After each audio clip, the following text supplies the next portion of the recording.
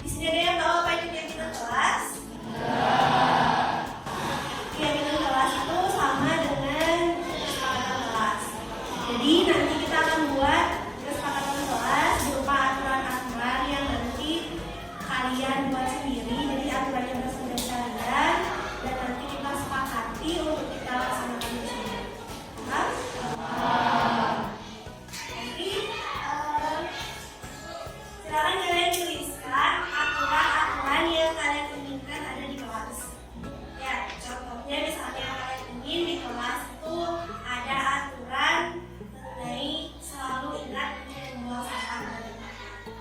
Jadi nanti karena hal tersebut akan menjadi keyakinan kelas, kalian semua berdasarkan kesepakatan wajib untuk melaksanakannya. Jadi tidak ada lagi yang mengatakan lupa untuk membuang sampah pada tempatnya atau sengaja membuang sampah sembarangan. Nah, selain itu, ibu inginkan juga kalian untuk membuat harapan tentang kelas impian kalian. Jadi kalian ingin kelas kalian itu seperti apa sih? Kalian menginginkan kelas yang seperti apa? Jadi nanti kalian tuliskan dalam sticky note yang akan dibagikan. Nah, untuk keyakinan kelas, aturan-aturan tentang keyakinan kelas, nanti kalian silakan tuliskan pada kertas yang berwarna kuning atau yang berwarna putih. Kemudian untuk kelas impian kalian, kalian tuliskan pada kertas yang berwarna hijau. Paham anak-anak? Paham. Ada yang ingin kalian?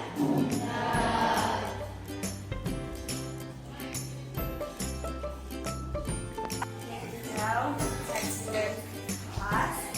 Yang pink untuk yang kelas.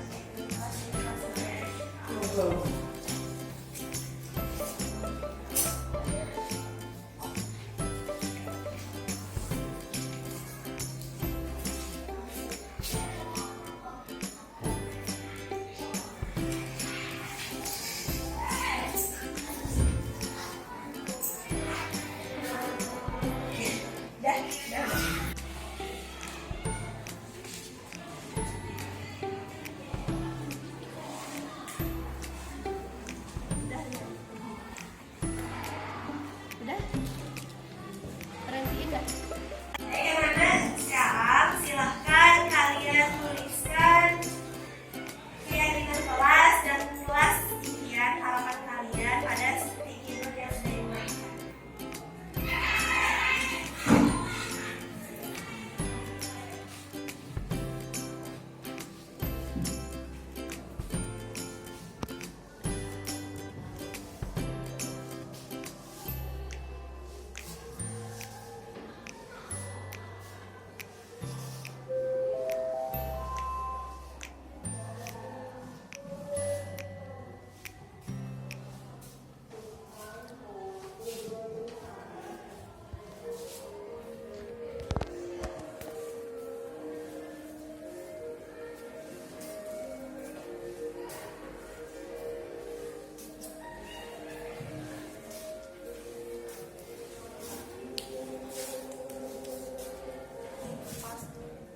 Baik anak-anak, apakah sudah selesai semuanya menulis? Nah, sekarang siapa yang mau menyampaikan apa yang sudah ditulis mengenai keyakinan kelas? Oke, ya Yulia silahkan. Saya akan membacakan keyakinan kelas yang saya buat. Menurut saya keyakinan yang saya buat itu selalu menaikkan kursi sebelum pulang sekolah, karena agar cepat nyampe pagi hari. Menurut saya keyakinan kelas itu menjaga keamanan kelas. Saya akan membacakan keyakinan kelas yang saya buat, yaitu tidak boleh memainkan HP saat guru sedang mengajar. Kelas impian yang saya inginkan adalah saya ingin di kelas ada pojok baca. Harapan kelas yang saya inginkan adalah saya ingin kelas yang aman.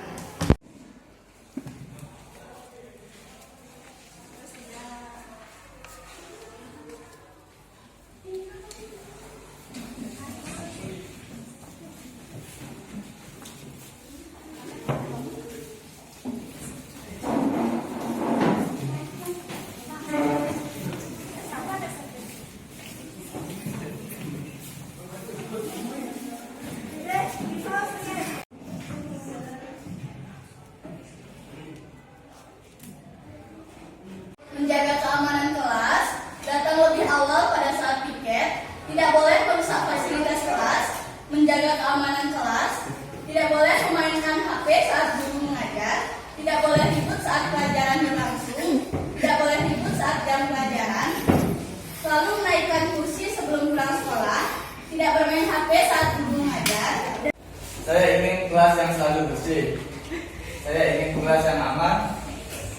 Saya ingin di kelas ada pojok baca.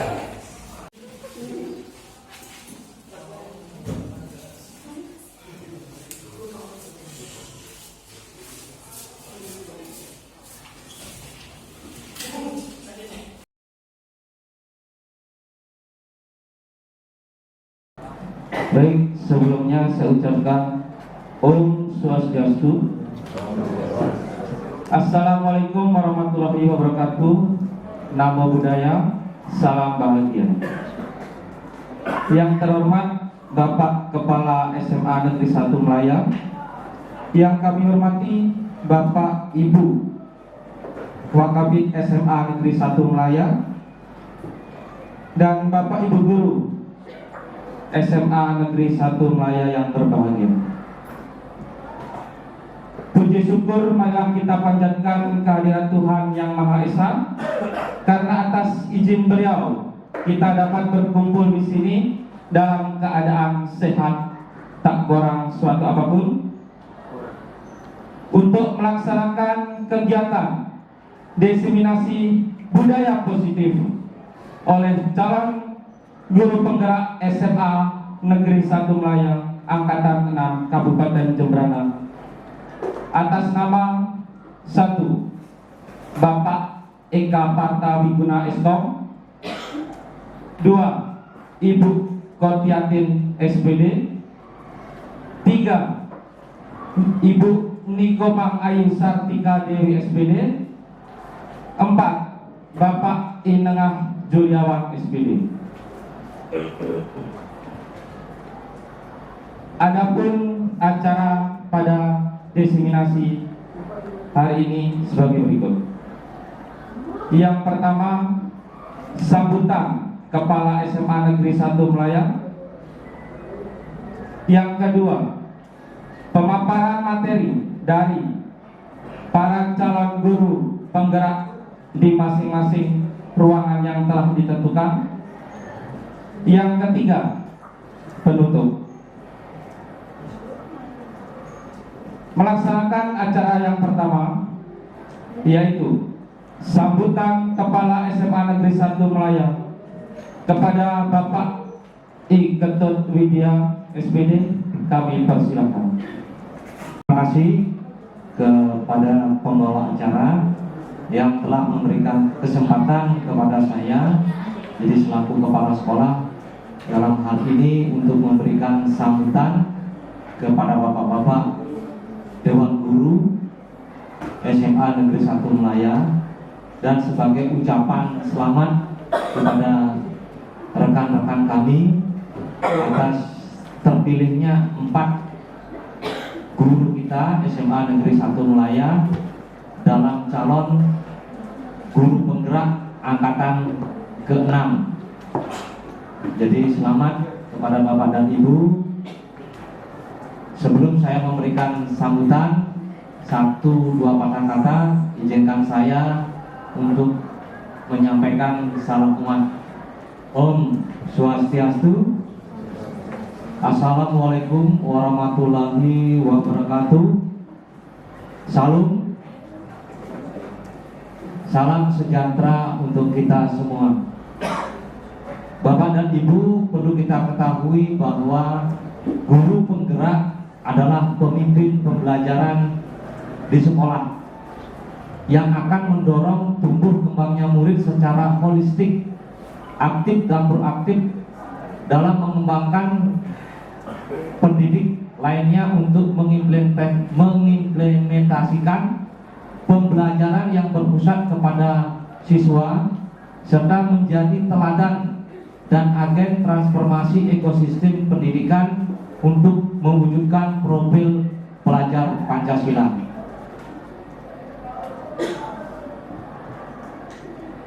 Bapak dan Ibu semua, jadi selaku pemimpin pembelajaran, jadi sebagai calon penggerak, guru penggerak, jadi bagaimana rekan-rekan kita mampu menerapkan budaya positif dalam pembelajaran.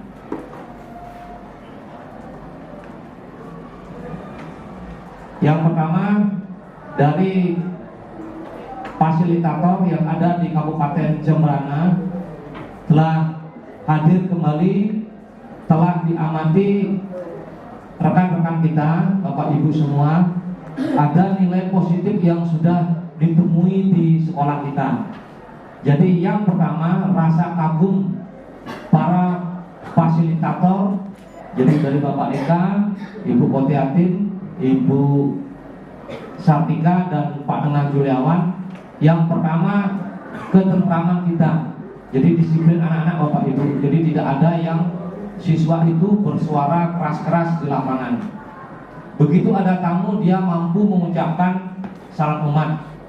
Yang kedua, selamat pagi, selamat datang di SMA Negeri 1 Melaya. Itu nilai positif kita Bapak Ibu yang sudah dinilai langsung oleh para fasilitator kemarin. Jadi kalau tidak salah fasilitatornya Pak Eka. Begitu juga fasilitator yang lain tentang keberadaan kita di SMA Negeri 1 Melaya. Jadi saya secara pribadi dan lembaga mengucapkan banyak terima kasih kepada seluruh Dewan Guru, lebih-lebih rekan-rekan kami selaku guru penggerak sudah mampu mulai menata Bapak Ibu, mentransfer, menginformasikan tentang budaya positif yang perlu dikembangkan, yang perlu kita tingkatkan lagi di SMA Negeri 1 Melaya. Untuk selanjutnya, jadi pesan saya selaku pimpinan dan atas nama lembaga, jadi kepada rekan-rekan kita yang sudah berhasil sebagai calon guru penggerak, tetap bertahan dengan tetap motivasi dan jaga kesehatan. Gimana caranya Bapak dan Ibu yang sudah ditunjuk sebagai calon guru penggerak bertarung sampai finish. Jalankan tugas dan misi ini dengan penuh tanggung jawab. Apa-apa tentang perubahan pembelajaran, mohon jangan ragu-ragu untuk menginformasikan kepada kita semua. Bapak Ibu yang belum berhasil sebagai calon guru penggerak, tetap belajar, tetap mendekatkan diri, dan mau menerima perubahan pembelajaran positif di lingkungan SMA Negeri 1 Melaya. Jadi Bapak dan Ibu jangan takut akan perubahan. Marilah kita belajar bersama-sama untuk melakukan perubahan ini. Demikian yang dapat sampaikan pada acara pembukaan ini. Lagi sekali selamat kepada Bapak dan Ibu yang sudah terpilih menjadi calon guru penggerak. Semoga rekan-rekan kita ada yang menyusul di angkatan yang ke-9 dan ke-10. 8, 9, 10 itu walaupun belum ada pengumuman. Begitu juga harapan kami kepada Bapak dan Ibu semua. Jadi mohon dukungannya terhadap terpilihnya sekolah kita sebagai calon sekolah penggerak. Oke, demikian Bapak Ibu, waktu dan kesempatan saya serahkan kembali kepada pembawa acara dan kesinergitian untuk para Santi. Om Santi Santi Santi Om. Wassalamualaikum warahmatullahi wabarakatuh. Salam, selamat pagi.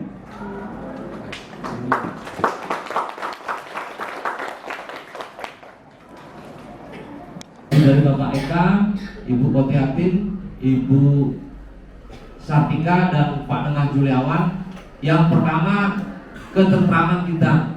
Jadi disiplin anak-anak Bapak Ibu. Jadi tidak ada yang siswa itu bersuara keras-keras di lapangan.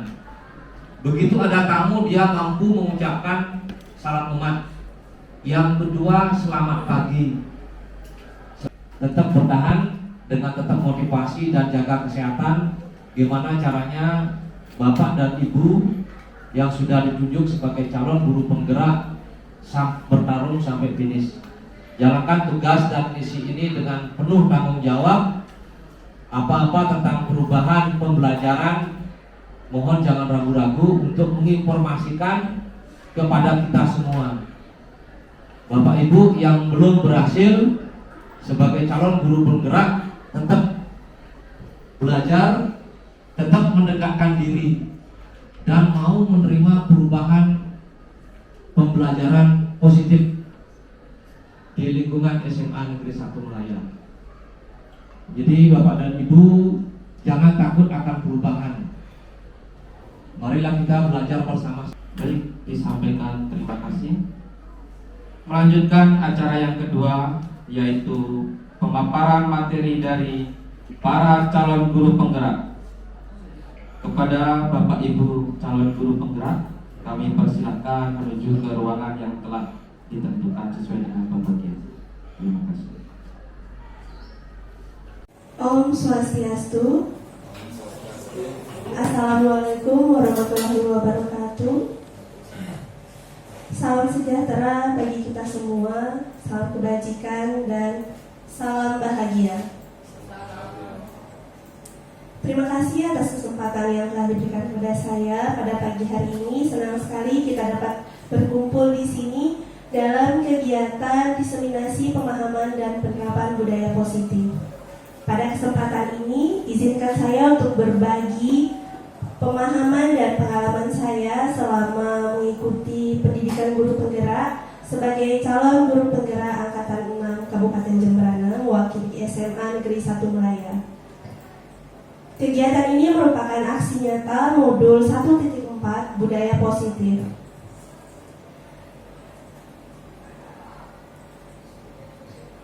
Saya ucapkan selamat datang bagi para guru hebat yang telah hadir di ruangan ini. Mari kita belajar bersama, berkolaborasi, dan saling mendukung demi mewujudkan disiplin positif di sekolah kita tercinta ini. Baik Bapak Ibu,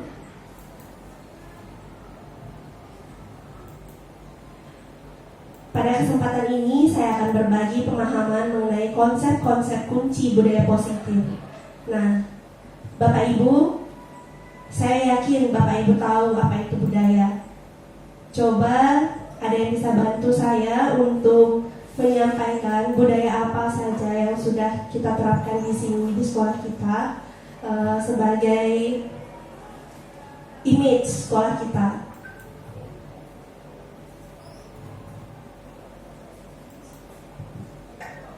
Budaya senyum salam sapa. Terima kasih Bapak Juliawan. Ya, benar sekali. Kita SMA Negeri 1 Melaya terkenal dengan warga yang ramah, kemudian sering menyapa ketika ada tamu dan sebagainya. Nah, pada kesempatan ini saya akan berbagi mengenai budaya positif yang telah saya pelajari selama mengikuti guru penggerak. Dalam hal ini, budaya positif yang termasuk dalam budaya positif itu adalah yang pertama, perubahan paradigma, stimulus respon menjadi kontrol, kemudian disiplin positif, nilai-nilai kebajikan, motivasi perilaku manusia, hukuman dan penghargaan, kebutuhan dasar manusia, keyakinan kelas, 5 posisi kontrol guru, dan segitiga restitusi.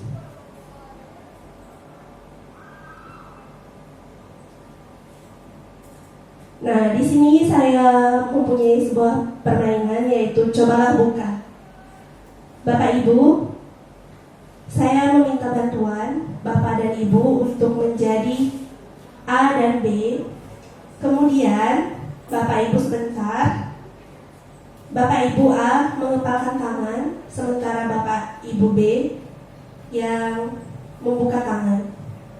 Sambil jalan saya akan menjelaskan apa yang akan Bapak Ibu lakukan.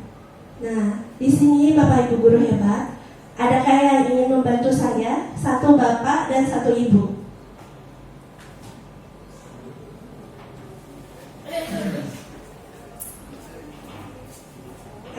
sensei kita.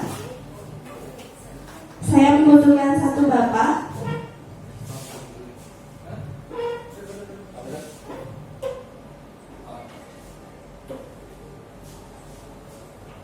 Dibuka saja maskernya Pak Tut, ya biar kelihatan. Baik, sekarang Bapak Ketut sebagai A dan Ibu Kotiatin sebagai B.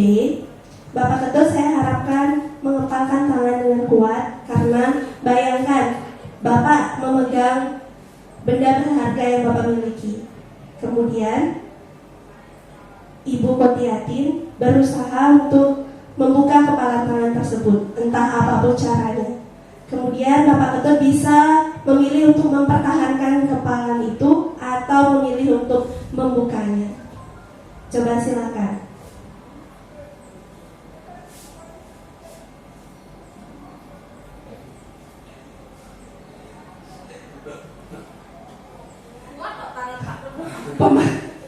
Pemaksaan ya, ibunya pemaksaan ini. Oke, ternyata tidak berhasil membuka. Nah, dalam hal ini silahkan boleh Ibu dan Bapak kembali ke tempat. Terima kasih atas partisipasinya.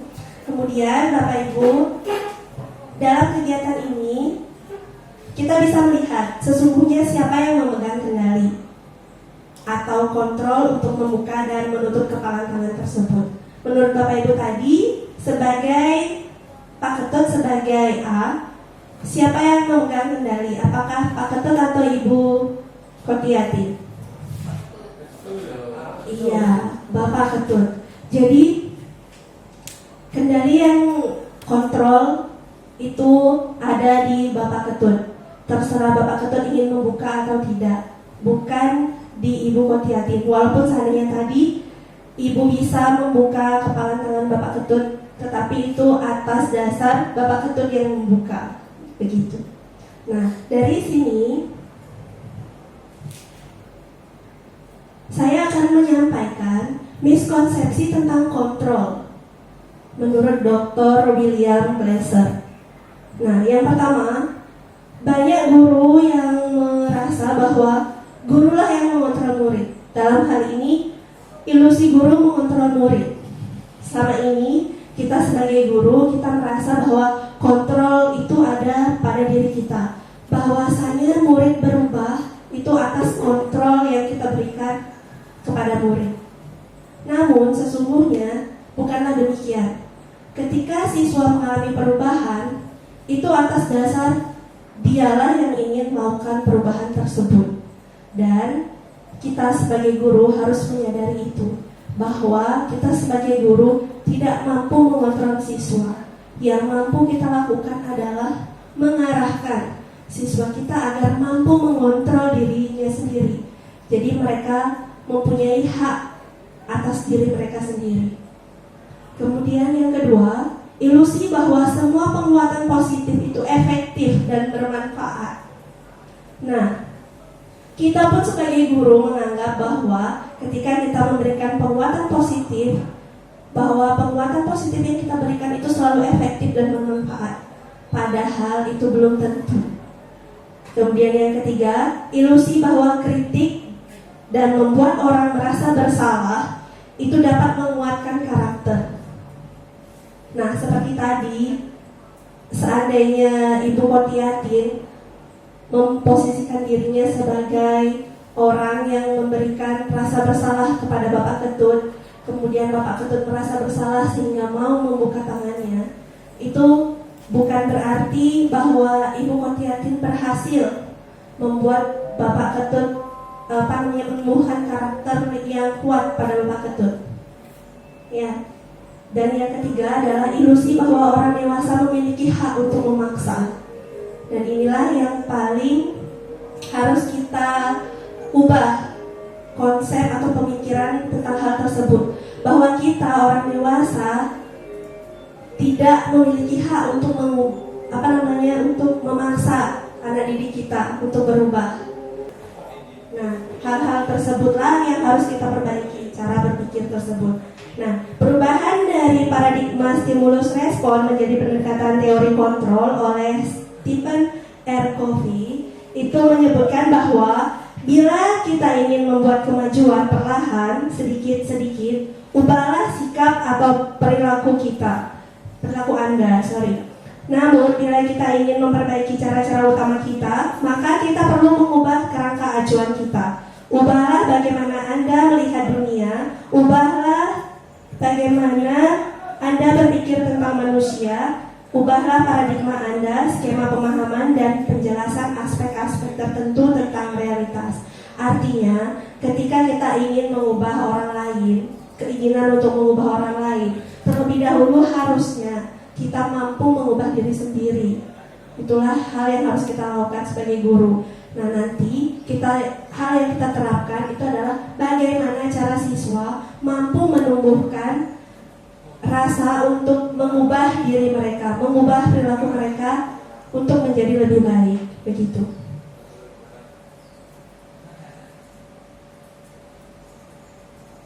Nah, mengenai disiplin positif, ketika mendengar kata disiplin, apa yang Bapak Ibu guru bayangkan? Atau apa yang terlintas di benak Bapak Ibu? Kebanyakan orang akan menghubungkan kata disiplin dengan tata tertib, teratur, dan kepatuhan pada peraturan. Kata disiplin juga sering dihubungkan dengan hukuman. Padahal itu sungguh berbeda, karena belajar tentang disiplin positif tidak harus memberikan hukuman. Justru itu adalah salah satu alternatif terakhir, dan bahkan kalau perlu kita sebagai guru tidak menggunakannya lagi. Nah, dalam budaya kita, makna kata disiplin memiliki arti menjadi sesuatu yang dilakukan seseorang pada orang lain untuk mendapatkan kepatuhan. Kita cenderung menghubungkan kata disiplin dengan ketidaknyamanan. Artinya, disiplin di sini bagi kita itu adalah cenderung menuju sebuah keterpaksaan. Seseorang mengikuti suatu peraturan karena terpaksa. Namun itu dibungkus dengan kata disiplin, Bapak Ibu.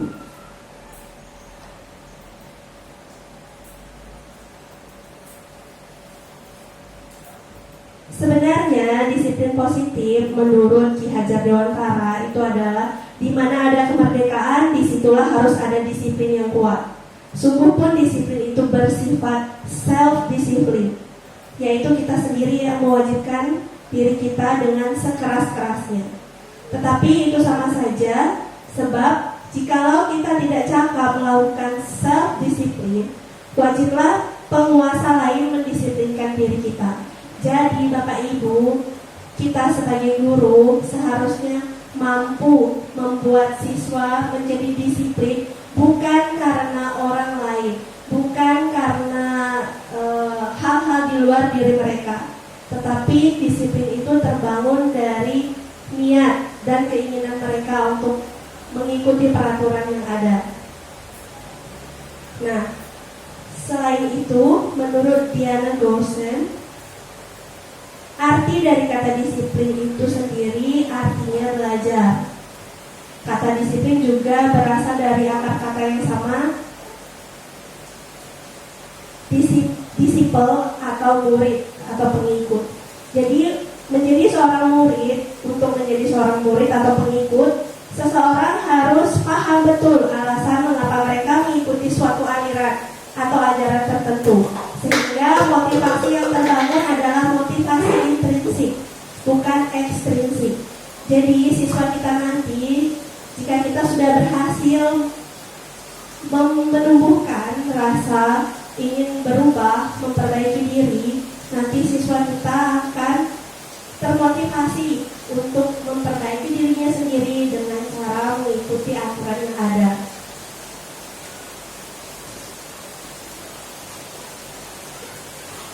Nah, disiplin diri dapat membuat seseorang menggali potensinya menuju kepada sebuah tujuan. Kemudian ketika seseorang yang memiliki disiplin diri, berarti mereka bisa bertanggung jawab. Nah, inilah yang paling penting Bapak Ibu. Murid nanti, kita sebagai guru harus mampu mengarahkan murid untuk memiliki rasa tanggung jawab. terutama pada dirinya sendiri. Nah, sebagai pendidik, tujuan kita adalah menciptakan anak-anak yang memiliki disiplin diri, sehingga mereka bisa berperilaku dengan mengacu pada nilai-nilai kebajikan universal dan memiliki motivasi intrinsik, bukan ekstrinsik. Sekarang, nilai-nilai kebajikan universal itu seperti apa? Nah, nilai-nilai kebajikan universal adalah nilai-nilai kebajikan yang disepakati bersama.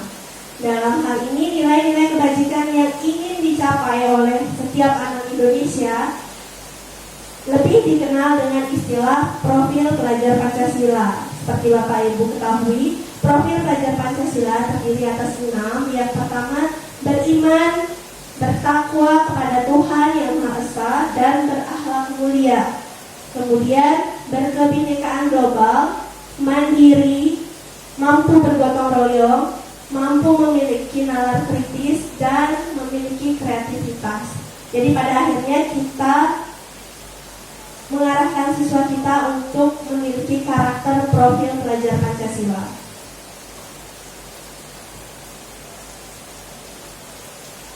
Nah, Bapak Ibu, sebagai manusia, kita memiliki motivasi untuk berperilaku. Yang pertama adalah untuk menghindari ketidaknyamanan atau hukuman, murid melakukan disiplin diri karena takut dihukum. Jadi, untuk menghindari permasalahan yang muncul, mereka terpaksa mengikuti aturan. Nah, hal ini merupakan motivasi yang bersifat eksternal, jadi berasal dari luar diri murid kita. Kemudian yang kedua, untuk mendapatkan imbalan atau penghargaan dari orang lain. Nah, sering kita temui siswa kita seperti ini, Bapak Ibu, atau bahkan kita sendiri seperti itu. Ya, jadi kita mengikuti aturan atau melakukan sesuatu masih karena agar mendapatkan pengakuan dari orang lain. Nah, hal inilah yang seharusnya kita hindari. Nah, orang berperilaku untuk mendapatkan imbalan itu merupakan motivasi ekstrinsik juga, jadi bersifat eksternal, berasal dari luar. Kemudian yang ketiga, untuk menjadi orang yang mereka inginkan dan menghargai diri sendiri dengan nilai-nilai yang mereka percaya. Nah, orang melakukan sesuatu karena nilai-nilai yang mereka yakini dan hargai, dan mereka melakukannya karena mereka ingin menjadi orang yang melakukan nilai-nilai karena mereka yakini nilai tersebut dapat bermanfaat bagi diri mereka. Nah, motivasi ini bersifat internal karena mereka sendiri merasa penting. Mereka sendiri merasa bahwa nilai-nilai tersebut memberikan manfaat bagi diri mereka. Jadi motivasi ini berasal dari diri mereka. Dan Bapak Ibu, hal inilah yang harus kita tumbuhkan di benak siswa. Jadi agar mereka tahu bahwa nilai-nilai kebajikan yang ada itu bermanfaat untuk diri mereka, bukan untuk orang lain.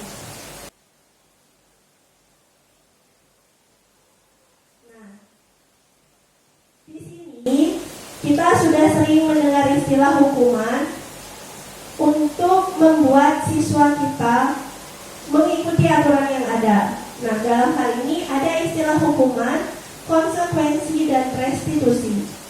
Nah, hukuman akan memberikan atau membentuk identitas gagal pada siswa.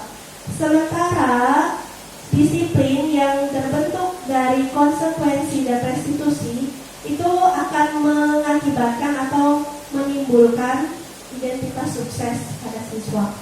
Nah, dalam hal ini hukuman adalah bentuk pengendalian perilaku seseorang yang bersifat memaksa. Jadi hukuman itu memaksa, Bapak Ibu.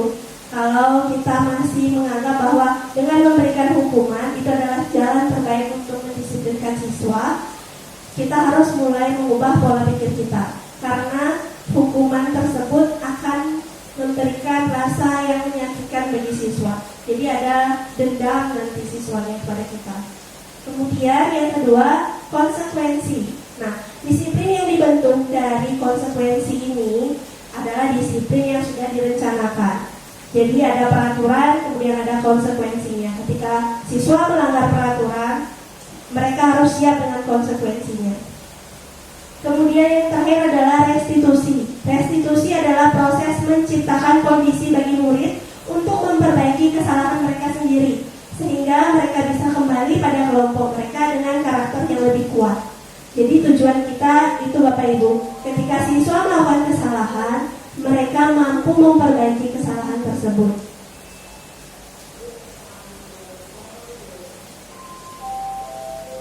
Nah, terkadang murid melakukan kesalahan itu karena beberapa alasan. Mereka melakukan kesalahan, mereka melanggar peraturan, itu pasti ada alasan. Nah, alasan-alasan yang dimiliki oleh murid itu tidak terlepas dari kebutuhan dasar kita sebagai manusia. Nah, ada 5 kebutuhan dasar kita sebagai manusia. Yang pertama adalah kebutuhan untuk bertahan hidup. Kemudian yang kedua, kebutuhan akan rasa kasih sayang dan rasa diterima. Kemudian yang ketiga, kebutuhan akan kebebasan. Keempat, kebutuhan akan kesenangan. Dan yang terakhir, kebutuhan akan penguasaan. Nah, dalam hal ini, ketika siswa melakukan kesalahan, ada salah satu kebutuhan yang mereka ingin penuhi, tetapi dengan jalan yang kurang tepat. Misalnya, siswa kita sering mengganggu temannya, Bapak Ibu. Iya tidak? Di kelas sering seperti itu ya? Mereka ingin mencari perhatian, entah itu perhatian guru atau perhatian temannya, dengan jalan-jalan yang membuat situasi pembelajaran menjadi kacau. Padahal di sini ketika kita menggali atau menganalisis lebih jauh tentang kebutuhan siswa tersebut, ada kebutuhan yang ingin dia penuhi. Dalam hal ini, kebutuhan yang ingin dia penuhi adalah kebutuhan akan kasih sayang dan rasa diterima. Jadi kita sebagai guru wajib untuk memperhatikan kebutuhan tersebut dan membantu siswa untuk memenuhi kebutuhan tersebut, sehingga mereka tidak lagi mengganggu temannya agar diperhatikan. Seperti itu. Nah, hal ini berkaitan dengan keyakinan kelas Bapak Ibu.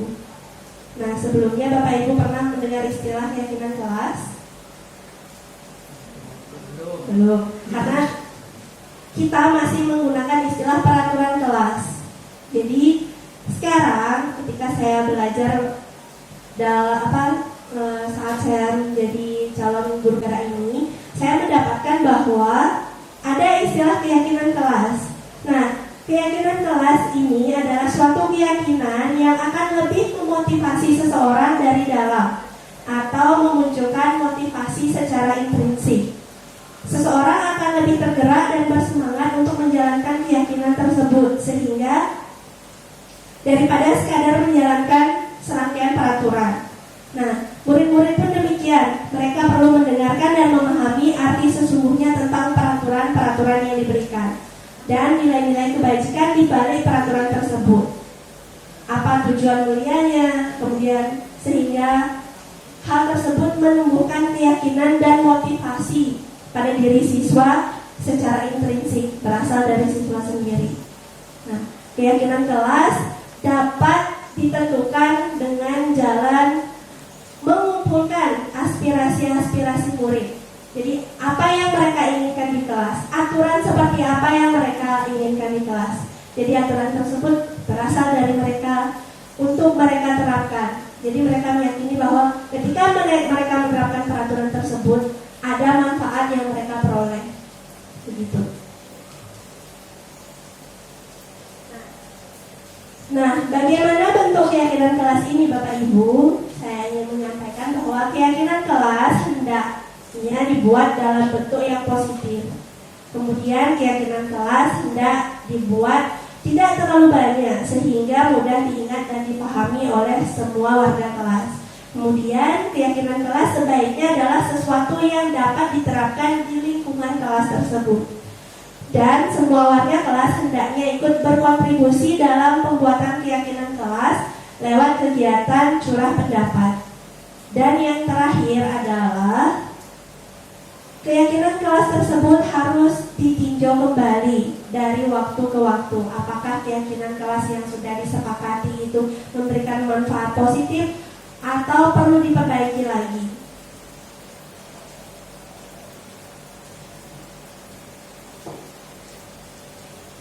Sama seperti membuat peraturan, keyakinan kelas ini pun memiliki prosedur pembentukannya.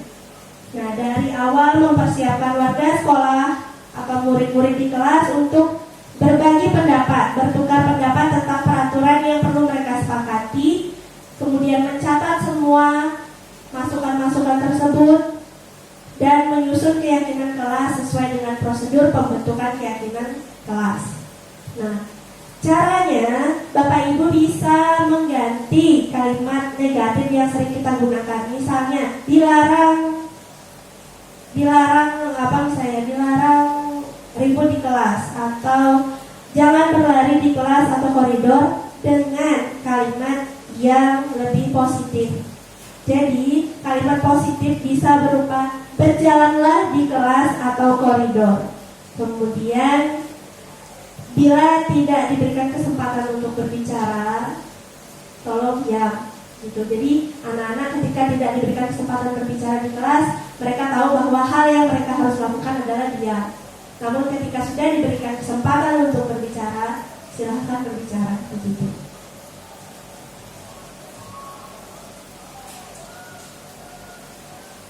Nah, bisa dilihat Bapak Ibu, keyakinan kelas yang sudah dibuat itu bertujuan untuk menumbuhkan nilai-nilai positif bagi siswa. Nah, misalnya keyakinan kelas yang ada, Bapak Ibu bisa lihat keyakinan kelas di kelas 11 IPA 2, misalkan Negeri 1 Melayan.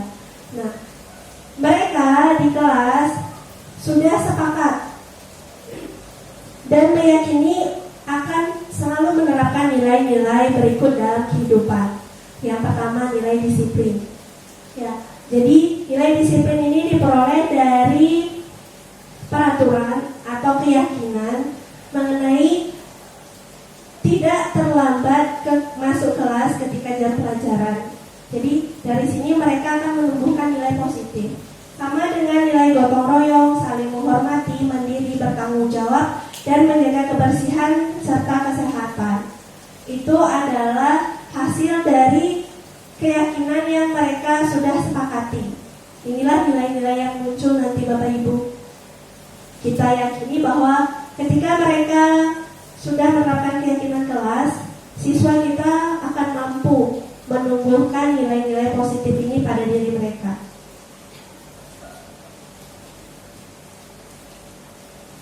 Nah, selama ini kita sebagai guru, entah cara kita benar atau salah dalam mendisiplinkan siswa, terlepas dari itu, saya ingin memberitahu Bapak Ibu bahwa sebagai guru kita memiliki 5 posisi kontrol. Hal ini di lapangan pasti kita sudah melaksanakannya, namun kita belum tahu istilahnya. Nah, pada kesempatan ini saya ingin berbagi kepada Bapak Ibu bahwa posisi kontrol kita sebagai guru yang pertama itu adalah sebagai penghukum. Nah, Bapak Ibu, coba saya bertanya dulu, Pak Agus, pernah ada di posisi kontrol sebagai penghukum? Iya, pasti pernah. Kita semua pernah ada dalam posisi sebagai penghukum bagi siswa. Kemudian posisi yang kedua itu adalah sebagai pembuat rasa bersalah. Yang ketiga adalah sebagai teman. Yang keempat sebagai pemantau, dan yang terakhir adalah sebagai manajer kelas. Nah, posisi sebagai penghukum Bapak Ibu, saya rasa sudah sering sekali kita sebagai guru menempatkan posisi ini, menduduki posisi ini, yaitu posisi sebagai penghukum. Biasanya hukuman yang diberikan itu berupa hukuman verbal, atau bahkan ada guru yang masih menggunakan hukuman fisik. Contohnya jongkok bangun, lari keliling lapangan, ya Bu Yus ya. Karena masih dianggap efektif untuk membuat siswa jerah, membuat siswa mengikuti aturan yang ada. Nah, kemudian sebagai penghukum dengan berbicara menggunakan nada tinggi sampai menunjuk-nunjuk siswa hingga membentak siswa. Itu sering sekali, apalagi kalau siswanya itu benar-benar bandel, sekali dua kali dikasih tahu masih saja melakukan kesalahan. Nah, dalam hal ini biasanya guru yang menduduki posisi sebagai penghukum menggunakan kata-kata patuhi aturan saya atau awas. Jadi ada ancaman di sana Bapak Ibu ya. Nah, namun dampak posisi menghukum ini bagi siswa itu sangatlah tidak bagus, terutama bagi psikologi mereka. Karena siswa atau murid cenderung menjadi pemberontak, bahkan menjadi pendendam. Jadi hati-hati Bapak Ibu, apalagi kita mengajar di SMA. Karena SMA itu sudah secara fisik sama seperti kita, besarnya sama, kekuatannya sama. Jadi tidak jarang ada kejadian-kejadian yang tidak mengenakan. Gurunya dirundung. Ini bukan murid merundung murid, tetapi murid merundung guru. Gitu. Nah, kemudian dampak yang kedua itu adalah banyak siswa yang tidak menyukai gurunya. Nah, hal ini merembet ke alasan siswa tidak menyukai mata pelajaran yang diampu oleh guru tersebut. Begitu. Jadi ditakuti Bapak Ibu, kita ditakuti oleh siswa. Nah, kemudian yang kedua, posisi kontrol sebagai pembuat rasa bersalah. Nah, dalam hal ini guru akan menyatakan hal-hal yang membuat siswa merasa bersalah atas apa yang dia lakukan. Nah, ketika guru menempatkan posisinya sebagai pembawa rasa bersalah, guru menggunakan suara yang cenderung lembut tetapi menusuk, begitu Bapak Ibu ya. Sehingga kata-kata yang dilontarkan oleh guru itu menyalahkan murid, membuat murid merasa bersalah. Nah, dampaknya murid menganggap bahwa dirinya itu salah. Ketika murid menganggap bahwa dirinya salah, di sana belum tentu dia berpikir bahwa kesalahan ini sebenarnya dapat diperbaiki. Tetapi dia merasa down karena dia merasa bersalah. Jadi itu bisa membuat siswa cenderung minder dan sebagainya. Kemudian yang kedua, menyimpan emosi negatif tersebut dalam dirinya karena dia menyalahkan dirinya sendiri Bapak Ibu. Posisi kontrol ini membuat kita sebagai guru menjadikan siswa menyalahkan dirinya sendiri atas kesalahan yang dia lakukan. Begitu. Nah, yang ketiga, posisi kontrol sebagai teman. Nah, Bapak Ibu, ada guru bahkan di sini mungkin Bapak Ibu sendiri lebih memilih untuk menduduki posisi sebagai teman ini. Jadi guru berupaya mengontrol murid secara persuasif. Kemudian suara guru akan ramah dan akrab dan cenderung bersenda gurau untuk menjaga suasana tetap santai dan hangat.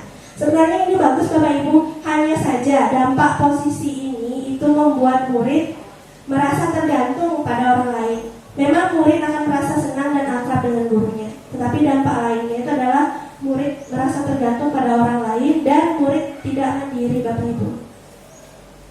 Kemudian selanjutnya posisi yang keempat itu adalah posisi sebagai pemantau, di mana guru mengontrol murid menggunakan data atau peraturan dan konsekuensi. Nah, suara dan ekspresi guru ini cenderung datar dan formal. Jadi dalam hal ini guru biasa bertanya kepada siswa yang melakukan kesalahan itu dengan pertanyaan. Apa peraturannya? Apa yang telah kamu lakukan? Apa sanksi dan konsekuensi atas kesalahan yang telah kamu lakukan? Seperti itu. Nah, dampak posisi pemantau ini bagi siswa, murid memahami konsekuensi yang harus dijalankan karena telah melanggar salah satu peraturan. Namun, murid tidak sepenuhnya mandiri Bapak Ibu. Dan yang terakhir adalah posisi sebagai manajer. Posisi di mana guru berbuat sesuatu bersama dengan murid, mempersilahkan murid mempertanggungjawabkan perilakunya, mendukung murid agar dapat menemukan solusi atas permasalahannya sendiri. Nah, posisi manajer ini berkaitan dengan keyakinan kelas tadi Bapak Ibu. Ketika kita menerapkan keyakinan kelas, membentuk keyakinan kelas, posisi yang kita bisa duduki sebagai guru adalah posisi manajer. Jadi ketika siswa kita bermasalah, kita terlebih dahulu bertanya, apa yang kita yakini? Jadi keyakinan kelas itu kita pertanyakan lagi, karena keyakinan kelas terbentuk atas kesepakatan bersama di kelas, Bapak Ibu. Kemudian, apakah kamu meyakininya? Lalu jika kamu meyakininya, apakah kamu bersedia memperbaikinya? Nah, jika kamu memperbaiki ini, hal ini menunjukkan apa tentang dirimu? Dan yang terakhir, apa rencana yang kamu lakukan untuk memperbaiki hal ini? Begitu. Jadi kita menanyakan kembali kepada siswa bagaimana mereka mampu memperbaiki mereka. Nah, dampak posisi manajer ini akan membuat murid mandiri, Bapak Ibu. Kemudian percaya diri dan dapat memecahkan masalah, itu yang terpenting. Jadi mereka memiliki keterampilan problem solving nantinya. Ketika mereka memiliki masalah, mereka mampu menemukan solusi atas permasalahan mereka. Nah, hal ini dapat diimplementasikan dengan segitiga restitusi. Jadi dapat dilaksanakan dengan segitiga restitusi. Ketika kita mendapati siswa kita melakukan kesalahan, kita dapat mengatasinya dengan menerapkan segitiga restitusi ini, Bapak Ibu. Nah, apa sih segitiga restitusi? Segitiga restitusi adalah suatu proses dialog yang dijalankan oleh guru agar menghasilkan murid mandiri dan bertanggung jawab. Nah, proses dialog ini terdiri dari 3 langkah yang digambarkan pada ketiga sisi segitiga restitusi. Yang diawali dengan menstabilkan identitas terlebih dahulu, kemudian memvalidasi tindakan yang salah, dan menanyakan keyakinan. Nah, langkah pertama pada bagian dasar adalah menstabilkan identitas. Jika ada anak yang berbuat salah, maka itu artinya ada kebutuhan dasar anak yang tidak terpenuhi. Nah, bagian dasar segitiga restitusi ini memiliki tujuan untuk mengubah anak yang gagal karena telah berbuat kesalahan menjadi orang yang sukses. Kita harus mampu meyakinkan mereka dengan mengatakan kalimat seperti, setiap orang pasti pernah melakukan kesalahan, dan kamu bukan satu-satunya yang pernah melakukan kesalahan. Kemudian, pada bagian memvalidasi tindakan yang salah ini, kita sebagai guru bisa bertanya, kamu tentu mempunyai alasan mengapa melakukan itu. Ingat Bapak Ibu, ketika siswa kita melakukan kesalahan, pasti selalu ada alasan atau hal yang mendasari mereka melakukan pelanggaran tersebut atau kesalahan tersebut. Kemudian yang selanjutnya, adakah cara yang lebih efektif untuk mendapatkan apa yang kamu butuhkan? Jadi kita berikan kesempatan kepada anak untuk memikirkan kembali bahwa adakah cara lain untuk yang bisa mereka lakukan selain dengan membuat kesalahan tersebut untuk memenuhi kebutuhan dasar mereka. Seperti itu. Dan yang terakhir adalah menanyakan keyakinan. Nah, Bapak Ibu, kita sudah membuat sebuah keyakinan kelas. Jadi kita mengingatkan kembali kepada anak didik kita yang melakukan kesalahan mengenai keyakinan kelas apa yang telah kita sepakati. Jadi mereka bisa mengingat bahwa keyakinan kelas ini merupakan kesepakatan bersama. Jadi ketika dilanggar, mereka harus kembali mengingat bahwa untuk apa mereka membuat keyakinan kelas. Seperti itu. Kemudian selanjutnya kita tanyakan bahwa kamu ingin menjadi orang seperti apa. Jadi mereka kembali mengintrospeksi diri mereka untuk mengingat kembali bahwa oh, saya nanti mau jadi orang seperti apa sih? Kenapa saya melakukan kesalahan? Kemudian apa yang harus saya lakukan sehingga saya bisa menjadi apa yang saya inginkan nanti. Seperti itu Bapak Ibu. Nah, sebenarnya segitiga restitusi ini sudah sering Bapak Ibu lakukan, tetapi tidak tahu caranya dan tidak tahu istilahnya. Tetapi selama ini saya yakin Bapak Ibu di sini sudah mampu membuat siswa untuk menyelesaikan masalahnya. Namun mungkin masih dengan cara menghukum atau membuat siswa merasa bersalah. Nah, sekarang Jika Bapak Ibu ada pertanyaan mengenai hal yang sudah saya sampaikan, saya persilahkan. Apapun bisa ditanyakan Bapak Ibu. Ya, silakan Ibu Yus. Baik, terima kasih atas kesempatannya. Tadi di sini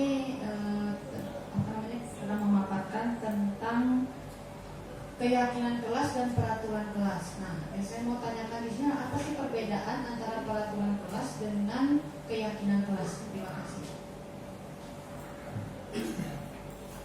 Baik, pertanyaannya sangat bagus dari Ibu Yus. Apa perbedaan antara peraturan kelas dengan keyakinan kelas? Mengapa istilah peraturan kelas itu sebaiknya diganti menjadi keyakinan kelas? Nah, peraturan kelas seperti yang kita ketahui, peraturan biasanya dibuat oleh guru. Jadi ada peraturan disampaikan kepada siswa, siswa wajib untuk mengikuti. Kemudian peraturan itu menimbulkan konsekuensi bagi siswa. Jadi hal-hal yang ketika siswa melanggar peraturan yang sudah dibuat, mereka harus menanggung konsekuensinya, seperti itu. Namun berbeda dengan keyakinan kelas Bapak Ibu. Keyakinan kelas ini dibentuk bersama-sama dengan siswa. Jadi aturan-aturan yang terdapat dalam keyakinan kelas itu juga berasal dari siswa. Sehingga ketika mereka menyusun sebuah keyakinan kelas berdasarkan pendapat, ide mereka, kemudian mereka menyepakati aturan tersebut untuk menjadi keyakinan kelas, mereka akan lebih termotivasi untuk mengikuti aturan tersebut karena aturan tersebut didasarkan atas kesepakatan kelas dan berasal dari mereka. Seperti itu. Jadi keyakinan kelas ini dianggap lebih mampu untuk membuat siswa mengikuti aturan dengan keinginan sendiri. Jadi tidak dengan paksaan dari orang lain atau orang luar yang berada di luar diri mereka. Begitu, Ibu Yus. Baik, Bapak Ibu yang lain ada pertanyaan?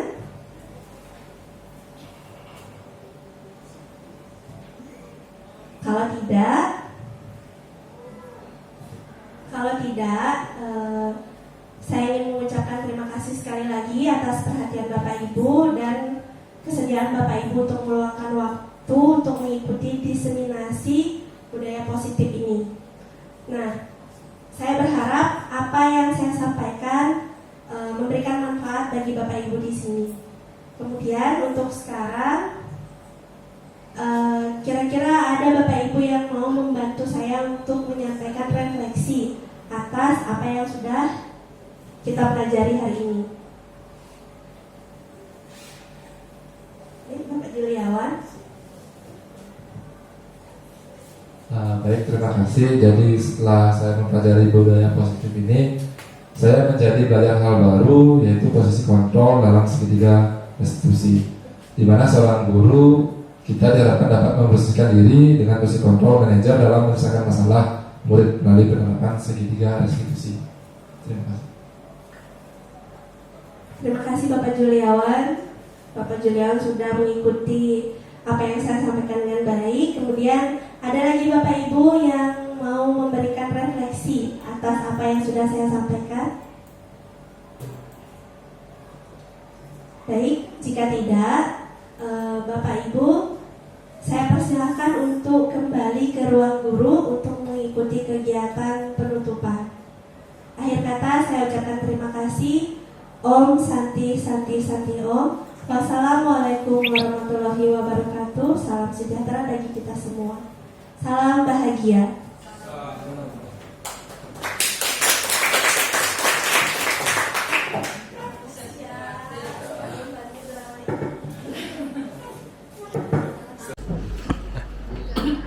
Bapak Ibu guru yang kami hormati, demikianlah kegiatan diseminasi budaya positif oleh Bapak Ibu guru calon penggerak SMA Negeri 1 Melaya. Semoga apa yang disampaikan tadi dapat memberikan dampak positif terhadap kita semua dan kemajuan untuk sekolah kita.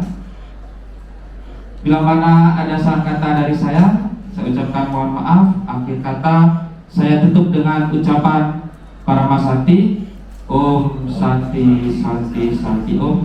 Wassalamualaikum warahmatullahi wabarakatuh. Selamat pagi.